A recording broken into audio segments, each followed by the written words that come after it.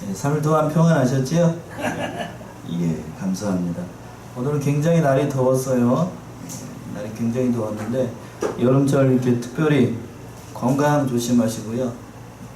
오늘은 좀 제가 목이 좀 안 좋아요. 목이 좀 안 좋은데 벌써부터 땀이 나고, 여름철은 저는 여름을 많이 타요. 더위를 많이 타는 편이라 굉장히 힘이 듭니다.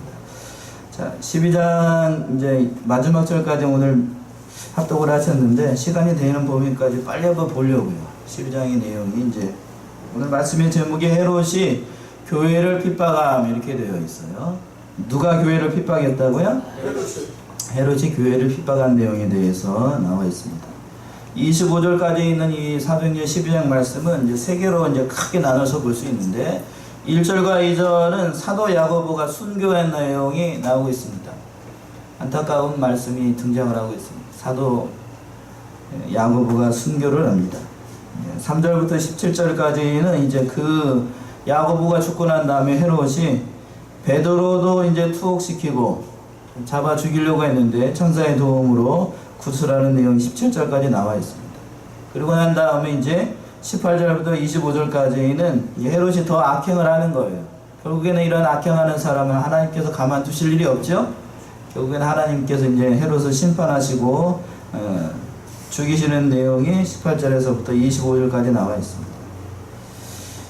자, 1절과 2절에서는 사도 야고보가 이제 순교를 합니다. 헤롯이 야고보를 죽여요. 1절과 2절 보시면, 그때에 헤롯 왕이 손을 들어 교회 중 몇 사람을 헤아려 하여 요한의 형제 야고보를 칼로 죽이니, 여기서 그때에라고 하는 것은 앞에 있는 11장에 있는 내용을 얘기하는 거예요.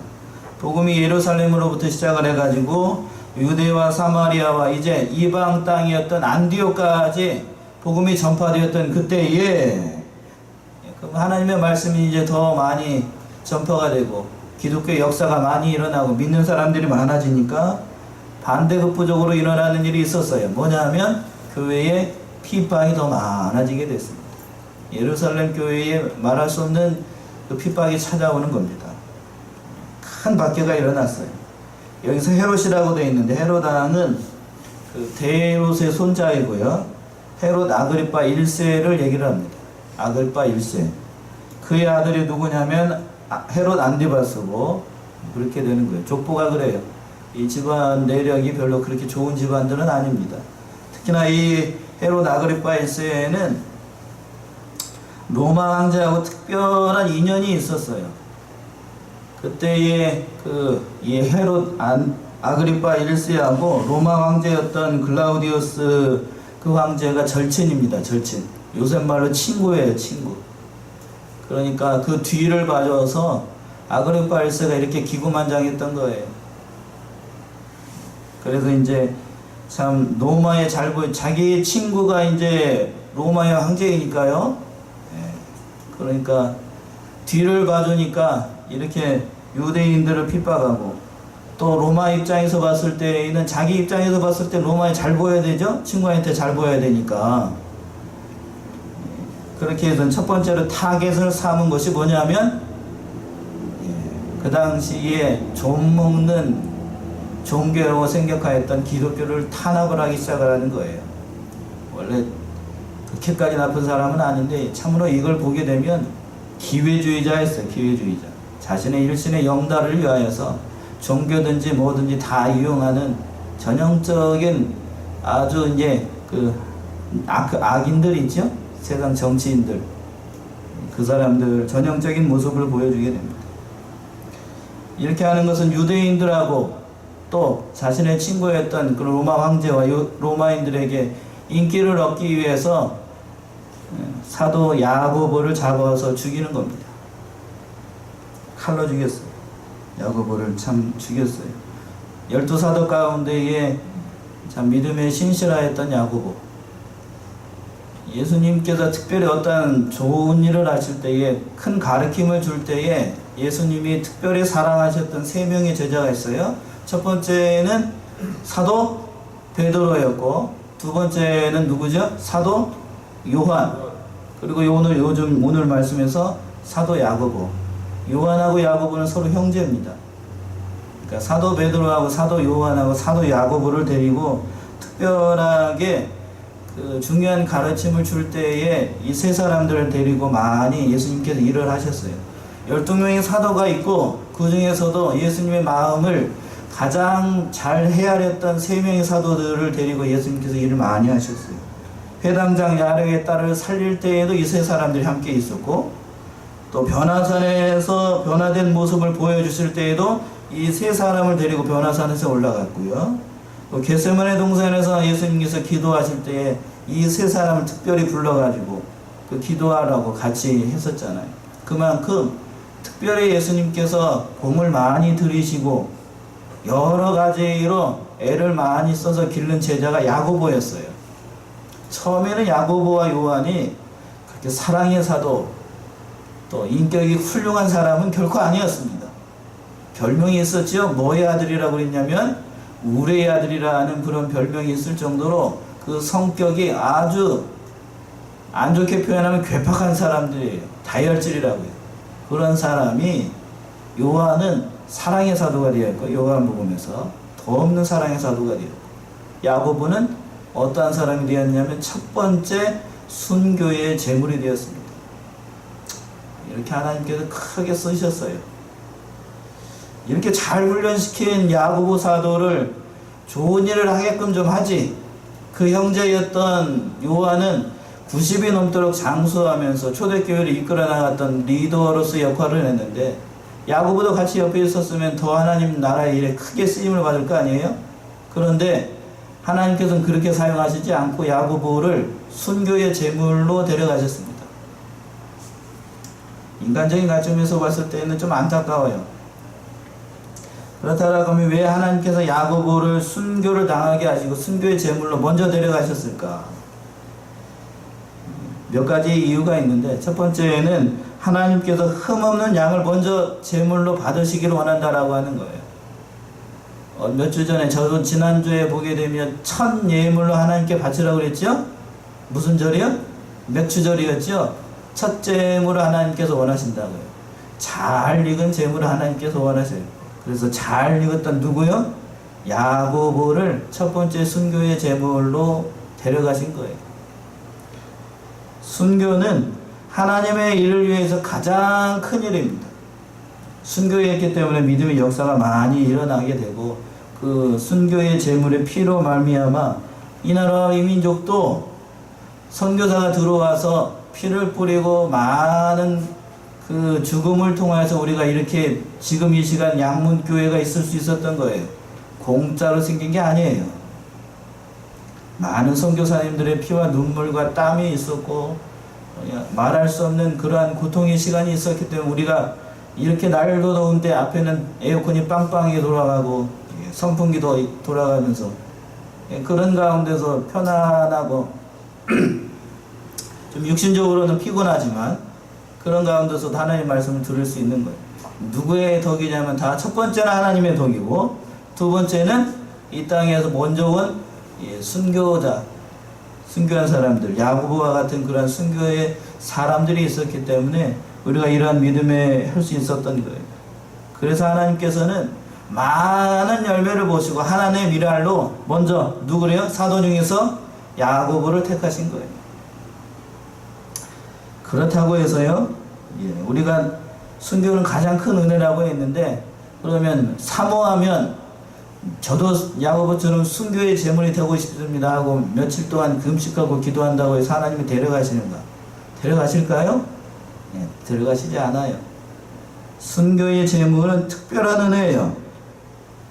특별한 은혜입니다. 내가 하고 싶다고 해서 할 수 있는 것도 아니고, 하기 싫다고 해서 거부할 수도 없어요. 하나님의 예정 가운데 그 자석이 천국에 이미 기록이 되어 있습니다. 어디가 그렇게 되어 있을까요? 요한계시록 6장 한번 보세요. 요한계시록 6장 9절에서부터 11절 어느 그냥 찾아서 한번 읽어보세요. 요한계시록 6장 9절에서부터 11절. 다섯째 이를 빼실 때 내가 보니 하나님의 말씀과 저희의 가진 증거를 인하여 죽임을 당한 영혼들이 제단 아래에 있어. 잠깐 거기까지만 하고요. 9절 하반절에서 보게 되면 죽임을 당한 영혼들이 제단 어디에 있다고요? 아래 있습니다. 아래 있어요. 그 다음에 10절이요. 큰 소리로 불러가는데 거룩하고 참되신 대주제여 땅에 거하는 자들을 심판하여 우리 피를 시원하여 주지 아니하시기를 어느 때까지 하시려나이까 하니 각각 저희에게 흰 두루마리를 주시며 가라사대 아직 잠시 동안 쉬되 저희 동무 종들과 형제들도 자기처럼 죽임을 받아 그 수가 차기까지 하라 하시더라. 예, 하반절에 11절 하반절에서 보게 되면 저희 동무 종들과 형제들도 자기처럼 뭐를 받는다고요? 죽임을 받아 그 수가 어떻게 해야 될 때까지? 예, 차기까지 하라. 그러니까 정해져 있다고 이미. 순교자는 특별 반열이 있어요. 특별 한 천국에 올라가면 특별 반열이 있어가지고 순교자들만 앉을 수 있는 여기처럼요 이런 자석이 있다고요. 그러니까 영광된 자리예요. 영광된 자리. 그 수가 찰 때까지 하나님께서 기다리고 계신다라고 하니까 예, 우리는 사모해도 그 자리에 들어갈 수 없어요. 그렇습니다. 참 그런 믿음의 역사로 인간적으로 봤을 때는 야고보의 죽음이 안타깝죠. 저도 매우 안타까워요. 목사로서 한 사람으로서 굉장히 안타깝습니다.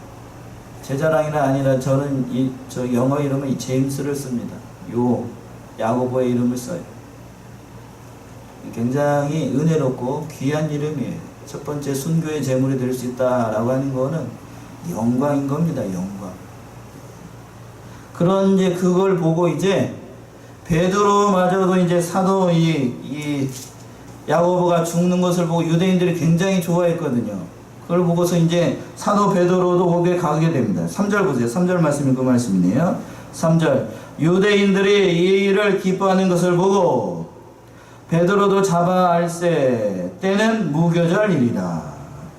4절이요. 잡음의 옥에 가두어 군사 내식인 네 패에 맡겨 지키고 6월절 후에 백성 앞에 끌어내고자 하더라. 야고보가 죽는 것을 보고 유대인들이 기뻐합니다. 사람이 죽는데 사람이 죽는 것을 보고 기뻐해요. 야, 참으로 악한 사람들이죠? 그것도 자기랑 동류의 사람, 동족이에요. 동족이고 영적인 지도자였던 야고보, 예수님의 그 수사도 가운데 하나였던 야고보가 죽는 것을 보고 유대인들이 기뻐한다고 하니 사람이 악해도 이렇게 악해질 수가 있는 거예요. 참 악하는 겁니다. 그걸 보고 이제 이 헤롯이 기회를 잡았다 이거죠. 기회를 잡아가지고 베드로도 이제 잡아서 죽이려고 했던데 마침 죽이려고 하는 걸 하려고 하니까 그때가 언제였냐면 3절 하반절에 무교절이었어요. 무교절. 무교절 절기 우리 지난주에 살펴봤네요. 무교절 절기가 일주일인데 첫째 날이 무슨 날이라고 그랬냐면 6월절이고요. 그리고 무교절 절기 때에는 그 유대인들이 다른 일을 하지 않아요. 일을 해도 안 되고 그냥 앉아가지고 뭐만 먹어야 되냐면 무교봉 빵만 먹어야 돼요. 일을 해도 안 되고 다른 일 하면 안 돼요. 그러니까 사형 재판하는 것도 당연히 일로 들어가기 때문에 안 되는 거예요. 그러니까 베드로를 잡아만 놓고 이제 헤롯이 어떻게 할 수가 없으니까요. 유대인이니까 그렇게 할 수가 없으니까 옥에다 막 가둬만 놓고 기다렸던 거예요. 하나님께서 이 때를 또 절묘하게 이용을 하신 거죠. 하나님께서 베드로를 살리기 위해서 무교절 그 전일에 잡히게 하셔가지고 그 때를 기다린 겁니다. 베드로가 잡혀가니까 교회에서는 어떻게 해야 되겠어요? 전심으로 기도했습니다. 전심으로. 5절의 말씀이 그 말씀이네요. 5절 보시면 이에 베드로는 옥에 갇혔고 교회는 그를 위하여 간절히 하나님께 빌더라. 베드로가 옥에 갇혀 있으니까 전 교회가, 전 예루살렘 교회가 총동원령을 내려가지고 하나님께 기도하는 겁니다. 형제가 이제 감옥에 갇혔으니까 서로를 위해서 기도하는 것 참 아름다운 모습이에요. 이런 것을 보게 되면 그래요. 제가 뭐 그렇게 얘기를 합니다만 교회에 어려움이 당하고 환난이 들어오고 개인적으로 어려움 당하는 것이 그게 나쁜 것만은 아니라고요. 나쁜 것만은 아니고 그게 저는 내심으로 뭐라고 얘기를 했냐면 그게 뭐라고요? 복이라고요. 복. 교회에 어려움이 왔어요. 야고보가 순교하고 수사도인 베드로가 잡혀갔어요. 교회적으로 봤을 때는 굉장히 큰 어려움이죠. 그러나 그 어려움 때문에 전 교인이 뭐를 할 수 있게 됐어요? 이제 기도할 수 있게 된 거예요. 기도할 수 있는 것 자체가 복이라고 하는 거예요. 이 모습이 참 아름다운 모습이에요. 그러니까 환란 때가 되게 되면 교회에 나오지 않고 도망가는 사람들이 많은데, 도망가지 않고 예루살렘 교회에 모여가지고 뒤에 가서 보기는 마가의 다락방에 모였다고 되어 있는데, 이것만 할 거예요. 우리 교회만 할 겁니다. 100명 정도 모여야 되니까 마가의 다락방에 다 모여가지고 전심을 하나님께 기도하고, 베드로가 이제 무사히 잘 할 수 있도록 갇힌 자를 위해서, 형제를 위해서 물심양면으로 전심을 다해서 기도했습니다. 히브리서 13장 3절에서는 이렇게 얘기를 하고 있네요. 한번 찾아보세요. 히브리서 13장 3절 한번 읽어보세요. 히브리서 13장 3절.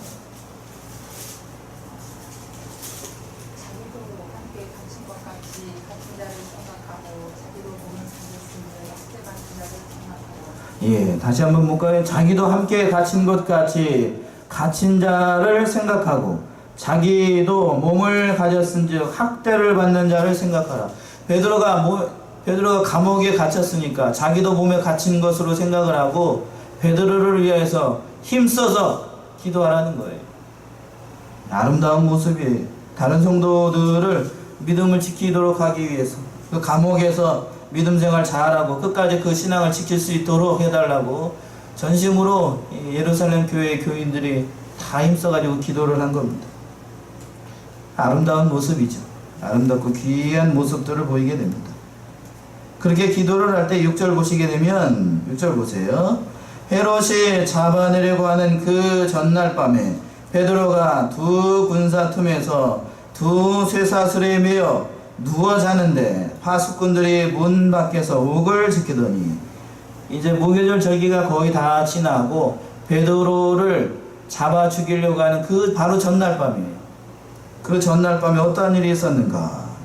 베드로가 이제 이 밤이 지나고 나면, 요 밤이 지나고 나면 베드로가 어떤 제물이 되는 거예요? 이제 순교의 제물이 되는데, 베드로가 지금 뭐를 하고 있는가를 보세요. 다시 한번 볼까요?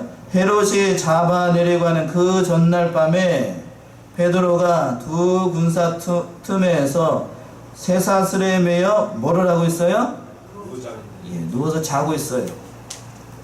누워서 뭐를 하고 있다고요? 자고 있습니다. 두 사슬에 매여가지고 사슬에 몸은 매여 있는데 베드로는 거기서 편안하게 잠자고 있어요. 편안하게 잠자고 있어요. 코 골면서 자고 있다고요. 야고보를 죽인 헤롯 왕이 이제 잠시 뒤면 감옥에서 베드로를 꺼내가지고 그날 아침에 죽이려고 작정을 하는 것인데, 베드로도 이걸 알았겠지요. 그런데도 베드로는 뭐를 하고 있냐면 잘 자고 있어요. 이것은 베드로가 믿음이 없는 것이 아니라 베드로가 참 신앙의 사람으로 이렇게 성장했다라고 하는 것을 알 수 있어요. 여러분 같으면 어떻게 하시겠어요? 내가 잠시 뒤면, 이 밤이 지나면, 이 수요일 밤이잖아요. 내일 아침이 되면 제가 이제 이상한 사람들이 와가지고 목을 따기 위해서 이렇게 있다라고 생각을 해보세요. 잠이 오겠어요? 그런데 베드로는 지금 잘 자고 있습니다. 쿨쿨 잘 자고 있어요. 무엇 때문에 이렇게 베드로가 이렇게 잠을 잘 수 있었을까? 두 가지를 생각해 볼 수 있어요. 베드로가 믿음이 참 좋았던 것 같아요. 그만큼 많이 성장을 했어요. 수사도로서 많이 성장을 한 겁니다. 베드로의 신앙은 두 가지를 살펴볼 수가 있겠는데, 크게 첫 번째는 하나님의 주권을 믿는 신앙이었습니다. 하나님의 주권을 믿었어요. 다 믿었기 때문에 죽이는 것이 하나님의 뜻이라면 죽을 것이고, 살리는 것이 하나님의 뜻이라면 하나님께서 살리실 것을 믿었기 때문에 베드로가 이렇게 잘 수 있었던 거예요. 하나님의 주권을 믿는 신앙이었습니다. 생명을 또 하나님께 다 바치기 위해서 자신의 생명을 살실 분도 하나님인 것을 믿고 다 이렇게 하나님께 맡긴 거예요. 이 말씀은 사도 바울은 이렇게 표현을 했습니다. 빌립보서 1장 20절 한번 보세요. 빌립보서 신약성경 빌립보서 1장 20절에서부터 한번 읽어보시겠어요? 20절. 십자가의 피로 화평을 이루사 만물 곧 땅에 있는 것들이나 하늘에 있는 것들. 1장 20절. 1장 20절. 빌립보서 1장 20절. 나의 기절한 기대와 소망을 따라 아무 일이든지 부끄럽지 아니하고 오직 전과 같이 이제도 온전히 담대하여 살든지 죽든지 내 몸에서 그리스도와 동행이 되게 하려 하나니. 21절까지요. 이는 예, 거기서 보게 되면 멋지지요? 멋집니다. 사도 바울이 내 몸에서 그리스도를 정결케 하는 것이 되게 하나니 이는 내가 사는 것도 그리스도니 죽는 것도 무익함이라 유익함이라. 죽는 것도 유익하다라고 사도 바울이 고백한 것처럼 사도 베드로도 지금 그런 거예요. 하나님의 주권을 딱 믿고 하나님께 자신의 모든 것을 맡기는 그러한 신앙까지 베드로가 이제 멋진 신앙의 사람으로 수사도의 모습을 좀 보여주고 있는 거예요. 멋있지요? 멋있는 사람이 되어가는 겁니다. 저와 여러분들도 예수를 잘 믿고 하나님의 영상을 덧입어 나아가게 되면 마지막에는 이러한 모습들이 다 되실 거예요. 어째 아멘이 없노? 그렇게 다 했을 거예요. 아주 멋진 모습의 신앙의 사람들로 다 서실 겁니다. 칼이 막 휘둘리치고 앞에서 포탄이 막 떨어지고 있는데 살리는 것도 하나님이요 죽는 것도 하나님의 뜻이오니 그러면서 기도하는 멋진 모습으로 서실 거예요. 물러서지 마시고 베드로가 그런 모습이에요. 지금 얼마나 멋있어요. 성경을 읽는 저도 오늘 말씀 준비하면서 베드로의 모습이 떠오르네요. 자신은 앞에 이제 겹겹이 그 로마의 병정 유대인들이 지키고 있고 자기는 쇠사슬에 보여가지고 있는데 쿨 자고 있어요. 죄수의 몸을 입을 없고 얼마나 멋진 모습이에요. 그런 모습으로 이제 하는 겁니다. 그것을 보고 천사가 왔어요. 그날 밤에 하나님께서 베드로를 살리시기 위해서 기이한 역사가 일어나는 겁니다. 7절 말씀이 그 말씀이네요. 호련히 주의 사자가 곁에 서매 옥중에 광채가 조요하며 또 베드로의 옆구리를 쳐 깨워 가로되 급히 일어나라 하니 쇠사슬이 그 손에서 벗어지더라. 베드로가 이제 죽음을 앞두고서 하나님의 주권을 믿고 하나님께 다 맡기고 평안한 가운데 저처럼 코를 골골 등등 골면서 자고 있을 때 옆에서 이 천사가 와가지고 옆구리를 땅 치는 거예요. 일어나라고. 참 잘 자고 있었는데 단잠을 깨우는 것처럼요. 그렇게 딱 일어나게 하시고 급히 일어나라고 말씀을 하시고 하나님께서 그 베드로를 그 손에 있었던 쇠사슬이 딱 풀어지고 그러한 기이한 역사를 베드로가 눈으로 보는 거예요. 감옥 한복판에서 그걸 보는 겁니다. 10절 8절부터 보시면 8절 천사가 가로되 띠를 띠고 신들매라 하거늘 베드로가 그대로 하니 천사가 또 가로되 겉옷을 입고 따라오라 한데 베드로가 나와서 따라갈새 천사가 하는 것이 참인 줄 알지 못하고 환상을 보는가 아니라 이걸 보니까요 천사가 하라는 대로 하고 보니까 자기가 지금 꿈을 꾸는 거예요. 환상을 하는 거예요. 이게 비몽사몽가 된 일인 것 같아가지고 뭐지 이게 뭔가 이게 싶어가지고 이렇게 한 거죠. 저처럼 이렇게 한 거예요. 그래서 이게 뭔 일이다냐 이게 뭐 그러면서 하고 있는데 그럼 이제 그 밑에 절에요. 이에 첫째와 둘째 파수를 지나 성으로 통한 세 문에 이르니 문이 어떻게 열려요? 절려 열린지라 나와 한 거리를 지나매 천사가 곧 떠나더라.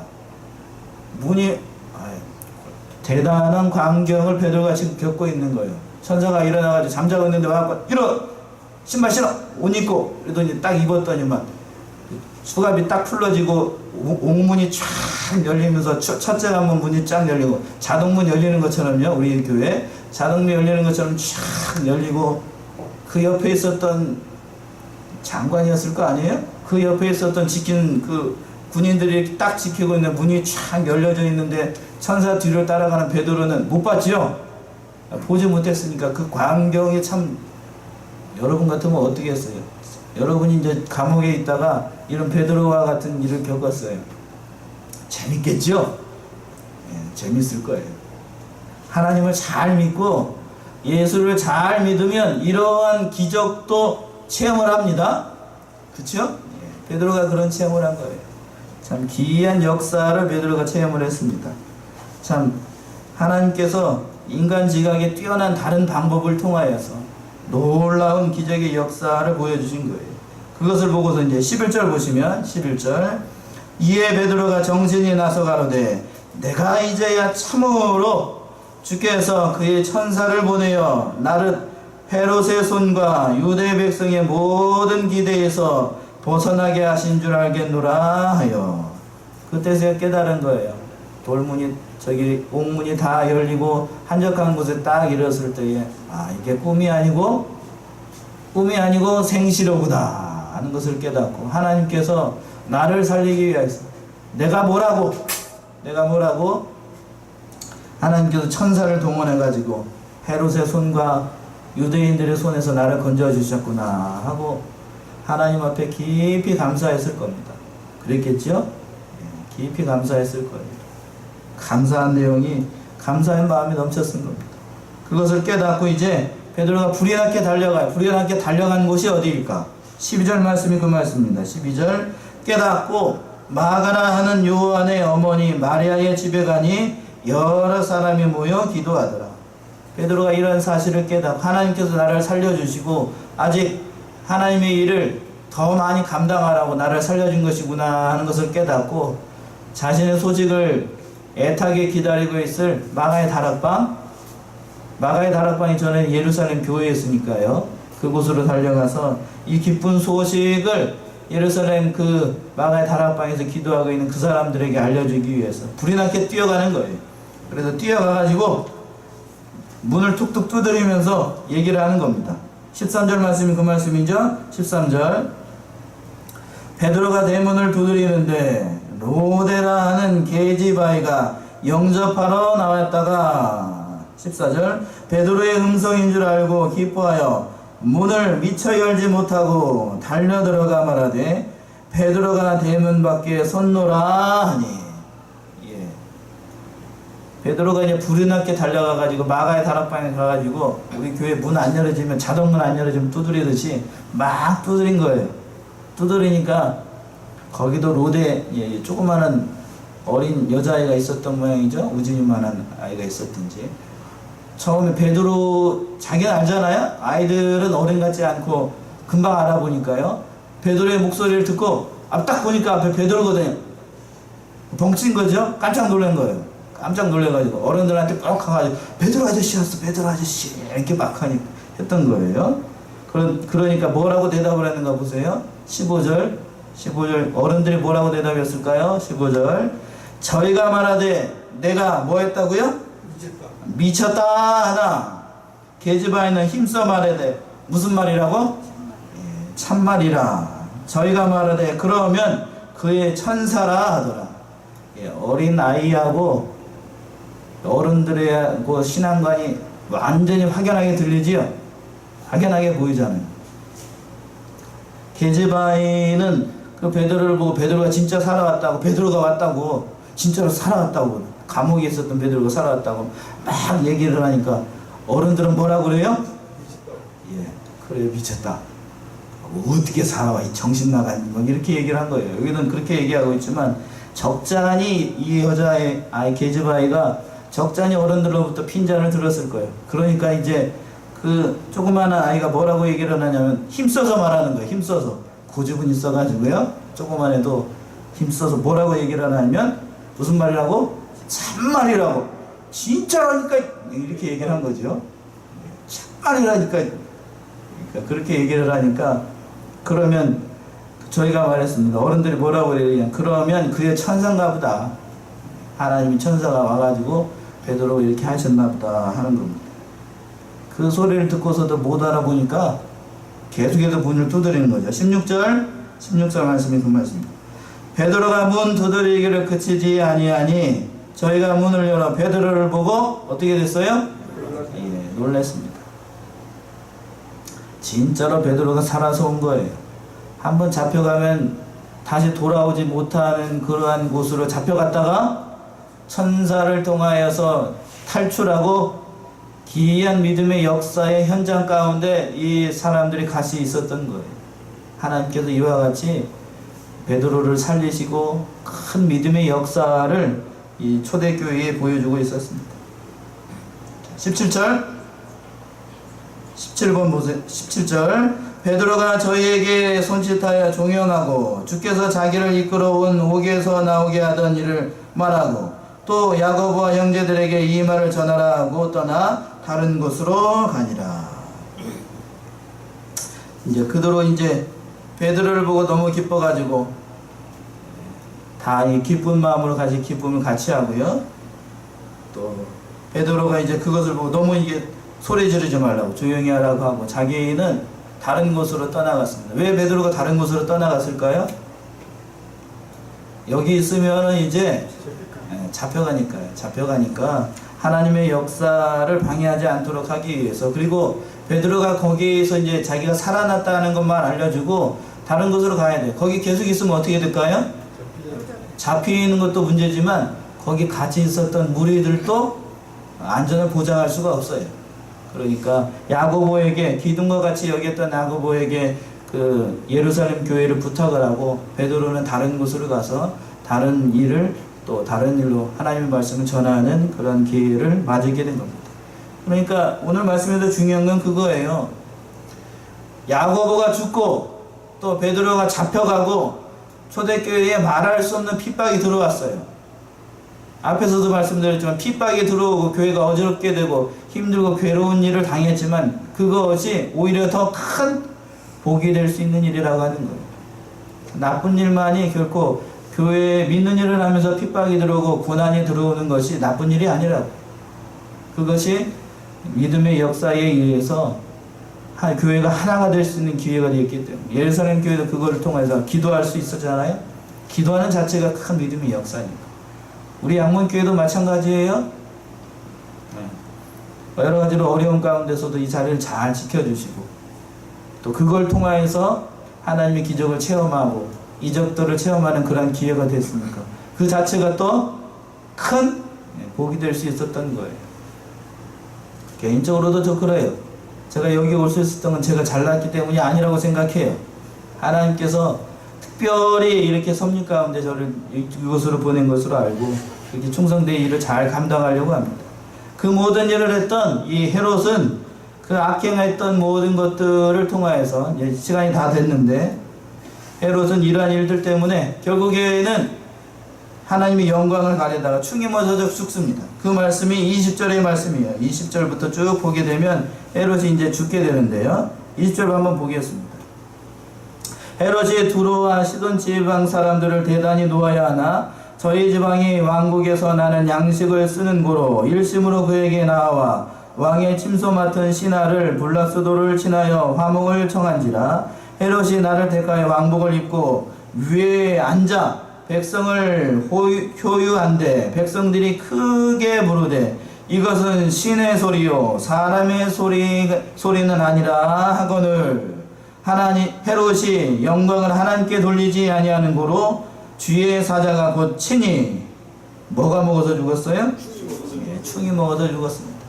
이런 악행을 행하였던 사도 야고보를 죽이고 사도 베드로를 또 죽이려고 했고 교회를 핍박하였던 이 헤롯을 하나님의 영광을 이제 마지막에는 도둑질하려고 하자 하나님께서 벌레 한 마리를 보냈어요. 많이도 아니고 벌레 한 마리를 딱 보내가지고 충이 먹어서 죽이시고 이것을 통하여서 하나님의 말씀은 더 날로 흥황하는 믿음의 역사를 보여주게 됩니다. 그 말씀이 24절의 말씀, 24절 하나님의 말씀은 흥황하여 도하더라.